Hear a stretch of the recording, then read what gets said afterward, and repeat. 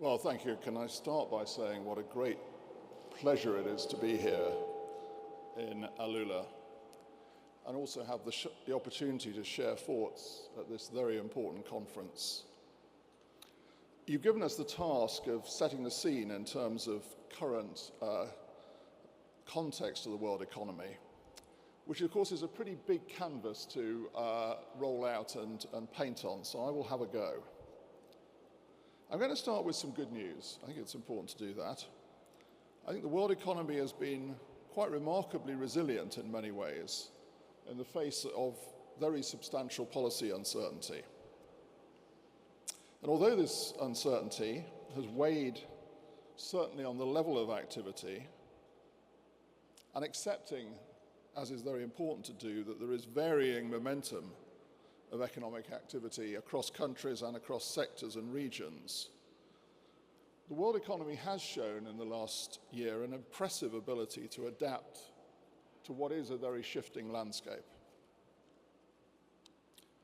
Moreover, and of course you'd expect me to focus on this as a governor, that inflation has not risen markedly in the last year, though the cost of living, which of course is an issue, an important issue in many of our countries, is a concern. Now, alongside this resilience of the world economy, global financial conditions have been quite accommodative in many ways, despite episodes of volatility and rising sovereign yields. An important part of that has been equity valuations in the technology sector, and particularly in the AI part of it. So I would conclude that overall market conditions could have been much worse, in fact, given the backdrop. And the fact that they haven't been so, I think, does reflect one or two important points that it's worth drawing out. First of all, markets have become quite cautious in their reactions. It is, of course, the case that not all of the initial policy announcements of policy shifts have been followed through to the word. And on occasions, the impact of those announcements on economies and financial markets has not been quite as initially predicted. Second, in my assessment, markets are cautious to trade geopolitical risk when some of the traditional safe haven assets are close to the epicenter of the risks themselves. And indeed, those assets sometimes display a close correlation to the more risky assets. Oh, okay. Sorry. We're not quite getting it. And that has to some degree negated some of the traditional safe haven protection. And third, we've seen, I think, from markets some evidence of what I call fear of missing out, backed by arguments along the lines of this time really is different. For instance, and I'll come on to this in a moment, because of the benefits, as expected, of AI, for instance. Now, that leaves us with a more robust story, but it does leave us with the risk of some concern about greater complacency, I think. And I think it's important to note that the IMF, in their latest update of the risks in the world economy, do note that those risks are tilted to the downside. And 4 reasons, I think, can be drawn out for this. First of all, there could be a significant escalation of geopolitical tensions. Second, and closely aligned, there could be further disruption to the fragile balance of trade policy. Third, fiscal vulnerabilities could emerge against a context of elevated public debt levels. And fourth, expectations of AI-driven productivity gains could turn out to be disappointed. So let me now move on to describe the more structural economic backdrop of that conditions both the current situation of the world economy and where I think it goes from here. I'm going to cover 5 areas, so it's going to be quite brief, necessarily so. The first is the change in the nature of the economic shocks that we've been facing. These shocks have been much larger than those that were seen in the preceding period of time. I'm talking about the period now since the financial crisis. Moreover, they've been supply-side shocks, and on the whole, our macroeconomic frameworks are less well equipped to deal with supply-side shocks than those coming from the demand side. The second area I will set out concerns deeper structural parameters of many of the economies. Certainly in the advanced economies over the last 15 years, the potential growth rate of our economies has declined, and the largest contributor to that decline has come from productivity growth. Productivity growth has a pattern, I would say, of quite long cycles. That's been true since our industrial revolutions. To borrow some quite well-used phraseology now from the economist Joseph Schumpeter, industrial development involves change that occurs in discrete rushes, often separated by spans of comparative quiet. The key idea is that innovation and diffusion are at the heart of the growth process, using the phrase creative destruction. The destruction point is that new innovation makes former innovation obsolete. And a key point here is that the nature of that innovation, which comes in rushes, is often what's often called general purpose technology innovation. Now, the essence of that innovation, if you think about big things like steam engines, electricity, the internet, is that they enable innovation across very broad parts of our economies. But there have been quite longish periods between waves of innovation when growth has slowed. And I think for the last 15 years, many of our economies have been in such a slower phase as the growth effects of the ICT revolution and the internet matured.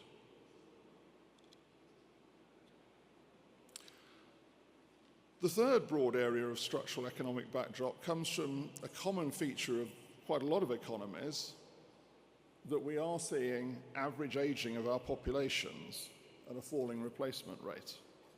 Not true in the whole world, I know, but true in many economies. And this creates lower economic growth by reducing labor supply and putting pressure on fiscal positions. And I would add that in certainly looking at my own economy, this issue has been around for a long time. It's been much discussed in conferences like this one, but I'm not sure it's really sunk into the wider debate. The fourth broad area concerns trade and global imbalances. Before we had the theory of creative destruction, classical economists gave us a trade-based model of growth, setting out how trade facilitated the division of labor and how that was a basis then for supporting growth. It follows from that, I'm afraid, that a reversal of trade openness has negative growth effects. And those effects, of course, are likely to be larger for more open economies, simply because the gains and losses from trade are larger for those more open economies. The fifth broad area I'll touch on concerns the financial system. Over the period since the financial crisis, we've seen profound changes in the financial system. Necessarily so, I would argue, given what happened during the financial crisis. The system has undoubtedly become more robust. It has undoubtedly been able to absorb the big supply shocks we've seen in recent years, and that, of course, is a good thing. There has been a relative shift in the balance of financial intermediation from banks to non-banks. But the banking system remains a crucial source of credit to support our economies, and it remains the crucial source of liquidity and funding, including to the non-bank financial world. Banks remain unique in the private sector as the holders of most of the stock of money in the system. Alongside this, there have been profound changes in core government bond markets. The rise of so-called private asset markets, and innovations which seek to broaden the scope of private sector money. These are very big changes going on around us in the financial system. So having tried to cover the canvas quite broadly, I'm going to use the rest of my time to look a little more into the future, focusing on just two of those areas: productivity and imbalances. Let me start then with productivity. I mentioned that the creation part of innovation has in the past been associated with general purpose technologies. The obvious question that follows from that is what comes next? What is the next general purpose technology, and when will it arrive on the scene? Well, I would argue that the best guess is AI and robotics, both separately and in combination. I'm an optimist on the potential for AI and robotics to move the dial on productivity and thus on economic growth. I'd like to think, though, that I'm a realistic optimist. My impression is that we've made more progress so far applying AI to well-defined task-based work, rather than some of the more ambitious goals. But I'd also say that I don't find that at all surprising. Moreover, this type of growth via innovation and productivity enhancement takes time. It isn't a quick fix. That's a lesson of history. We saw it with electricity, we saw it with ICT. It's therefore quite likely that we'll see it again. An important question, therefore, is how will AI and robotics influence the labour market and jobs? It's really the point that Kristalina made about looking to the future, and particularly for young people. It seems to me that four channels are relevant here. The first is what I call productivity augmentation.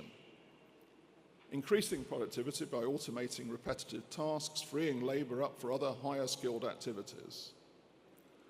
If firms use these gains to expand production, this can increase the demand for labour in non-augmented tasks.